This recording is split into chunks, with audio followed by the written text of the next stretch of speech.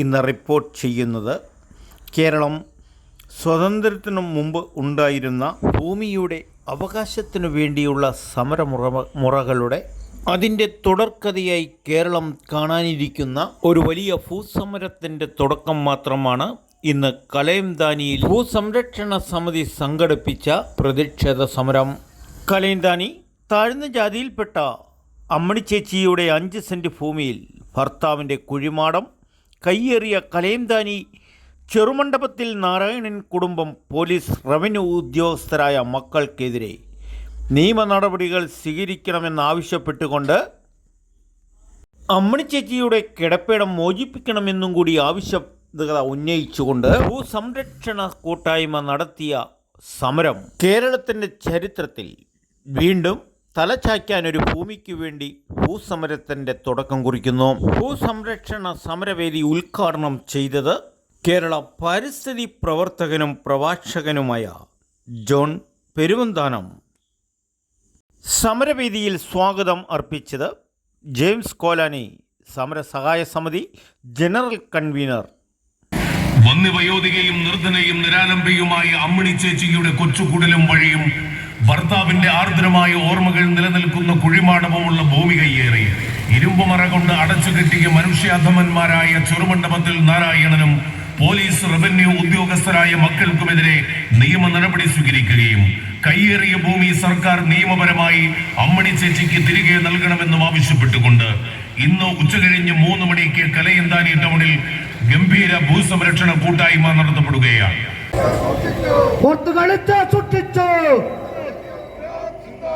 ഭൂസംരക്ഷണ കൂട്ടായ്മ സിന്ദാബാദ്! ഭൂസംരക്ഷണ കൂട്ടായ്മ സിന്ദാബാദ്! ഓഫീസിൽ നിലത്ത് കുത്തിയിരിക്കുന്ന ഒരു കാഴ്ചയാണ് ഞങ്ങളെ ഈ അമ്മിണി ചേച്ചിയിലേക്ക് കൊണ്ടെത്തിച്ചത്. അമ്മിണി ചേച്ചി നിലത്ത് കുത്തിയിരിക്കുന്ന, നിങ്ങളൊക്കെ കണ്ടു കാണും, ഒരു ഈർക്കിലി പോലുള്ള ഒരു വൃദ്ധയാണ് ഈ അമ്മിണി ചേച്ചി എന്ന് പറയുന്നത്. ആരോഗ്യമില്ലാത്ത വളരെ ദയനീയാവസ്ഥയിൽ ചടഞ്ഞുകൂടി തൊടുപുഴ തഹസീൽദാറിൻ്റെ ഓഫീസിലിരിക്കുന്ന അമ്മിണി ചേച്ചിയെയാണ് ഞങ്ങൾ കാണുന്നത്. ഞങ്ങൾ ചേച്ചിയുടെ വസതിയിൽ വീട്ടിലെത്തി. നിങ്ങൾ കണ്ടു കാണും, ഒരു ചെറ്റ പെരയാണ്, ഒരു ചെറ്റ കുടിലാണ്. ഞങ്ങൾ അവിടെ വരുന്ന അവസരത്തിൽ അവരുടെ മകൾ 60% വൈകല്യമുള്ള ഒരു പെൺകുട്ടി കഴിഞ്ഞപ്പോൾ അവരുടെ ഭർത്താവാണ് ഫോൺ എടുത്തത്. ഭർത്താവ് പറഞ്ഞു, എന്നാ മെമ്പറോട് പറയാനുള്ള കാര്യം എന്നോട് പറഞ്ഞാൽ മതി എന്നായി മെമ്പറുടെ ഭർത്താവ്. ഞാൻ പറഞ്ഞു, എനിക്ക് മെമ്പറോടാണ് സംസാരിക്കേണ്ടത്, എന്ത് വിഷയമാണെങ്കിലും എന്നോട് പറഞ്ഞാൽ മതിയുമാ. എന്നാ സാറേ ഞാൻ പറഞ്ഞേക്കാം, പക്ഷേ എനിക്ക് മെമ്പറോട് സംസാരിക്കണം. അദ്ദേഹത്തോട് സംസാരിച്ചു. രാത്രിയായപ്പോൾ ഞാൻ ഒന്നോടെ വിളിച്ചു. അങ്ങനെ രാത്രിയായപ്പോൾ മെമ്പറോട് സംസാരിച്ചു. മെമ്പർ പറഞ്ഞ വാക്ക്, വർത്തമാനം എൻ്റെ പൊന്നു സുഹൃത്തുക്കളെ ഞെട്ടിപ്പോയി. അവർ പറയുന്നത്, അതിന് അമ്മണി ചേച്ചിക്കും കാലില്ലാത്ത പെണ്ണും നടക്കാൻ വഴി ഇട്ടിട്ടുണ്ടല്ലോ എന്ന്. ഒരു 3 അടി വഴി പോലും ഇല്ലാതെ 2 അടി, അത് പാറക്കൂട്ടമാണ്, അത് കടന്നു കയറി വേണം പോകാൻ. ഇങ്ങനെ വഴി ഇപ്പോൾ ഒരു പൊതുസമൂഹത്തിൽ പറയാൻ കഴിയില്ല. അത് എൻ്റെ ഒരു മനുഷ്യത്തിൽ നമുക്കത് ഞാൻ ഉൾക്കൊള്ളാൻ സാഹചര്യമാണ്. എന്നിരുന്നാലും ഇതുമായി അമ്മിണി ചേച്ചി എന്ന പരാതിയുടെ അടിസ്ഥാനത്തിൽ Alakode village office, Thodupuzha taluk office,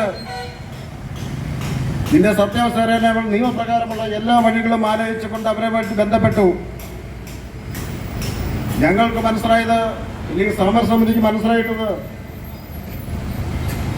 ഇതൊരു കടന്നുകയറ്റമാണ്, ഇതൊരു അക്രമമാണ്, രോഗിയായ വിധവയായ ഒരു സ്ത്രീയോട് കാണിക്കുന്ന അനീതിയാണ്. അത് ഈ സമൂഹത്തിൽ ഈ കാലഘട്ടത്തും സ്വാതന്ത്ര്യം കിട്ടി 72 വർഷം കഴിഞ്ഞിട്ടും ഇത് ഈ സമൂഹത്തിൽ നിന്ന് നമ്മുടെ നാട്ടിൽ, നമ്മുടെ തൊട്ടയിലൊക്കെ തുടരുന്നുണ്ടെങ്കിൽ അതൊരു നീതി നിഷേധമെന്നല്ലാതെ എന്താണ് പറയുക?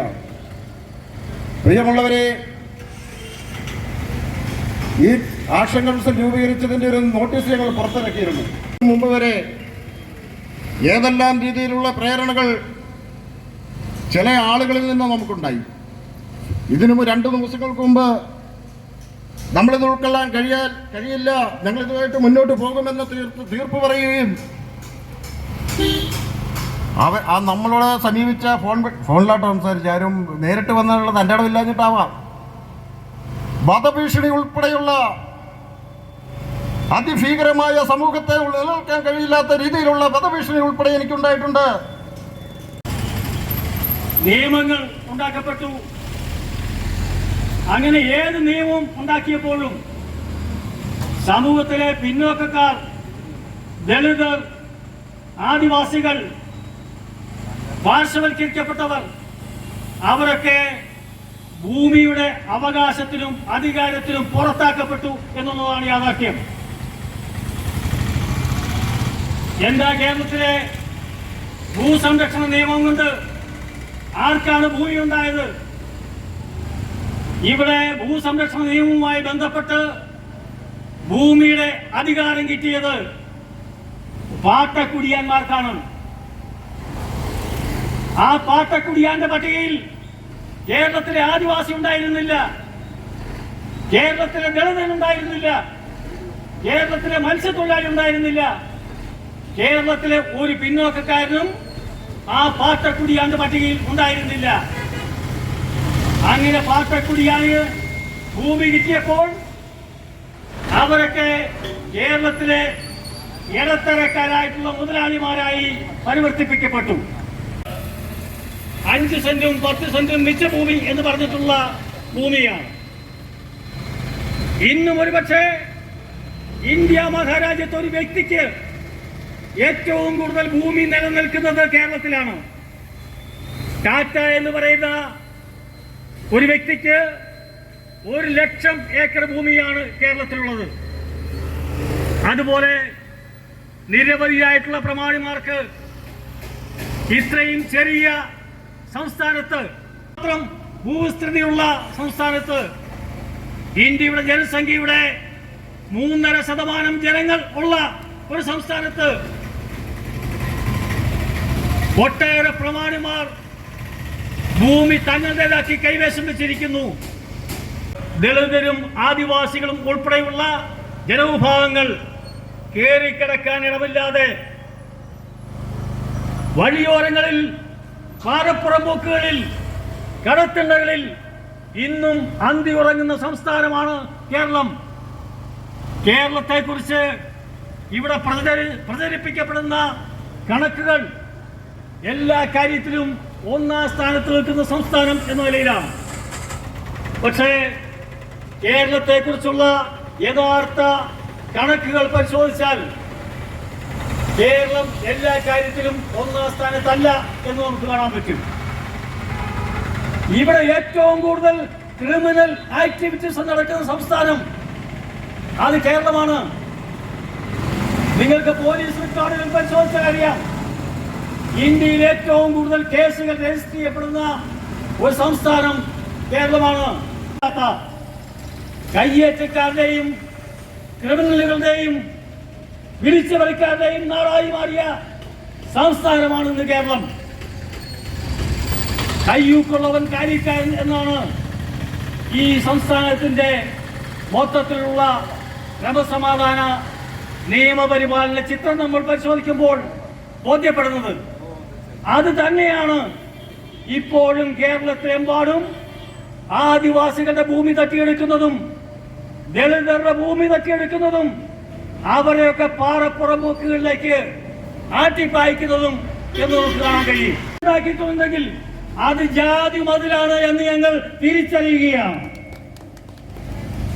ആ ജാതി മതിൽ കേരളം അനുവദിക്കാൻ പോകുന്നില്ല. ഒരു സംശയവുമില്ല, ഈ ജാതി മതിൽ ഞങ്ങൾ പൊളിച്ചിരിക്കും. ഇനിയും ഒരു ജാതി മതിൽ കേരളത്തിൽ അനുവദിക്കുന്ന പ്രശ്നമില്ല. അത് നാരായണനല്ല, ആരാണെങ്കിൽ പോലും കേരളത്തിൽ ജാതി മതിൽ സ്ഥാപിക്കാം എന്ന് കരുതിയാൽ അതിവിടെ വില പോവില്ല എന്ന് മാത്രമാണ് ഈ സന്ദർഭത്തിൽ ഞാൻ സൂചിപ്പിക്കാൻ ആഗ്രഹിക്കുന്നത്. ആശംസകൾ അർപ്പിച്ചുകൊണ്ട് NK Biju Muttom block panchayat member, N Chandrabose സമരസഹായ സമിതി vice chairman, N Vinod Kumar SUCI ജില്ലാ സെക്രട്ടറി, MI ശശീന്ദ്രൻ ആദിവാസി ഏകോപന സമിതി സംസ്ഥാന അധ്യക്ഷ സമരസമിതിയുമായി ബന്ധപ്പെട്ടെത്തിയ പ്രമുഖരെല്ലാം ആശംസകൾ അർപ്പിച്ചുകൊണ്ട് പ്രസംഗിച്ചു.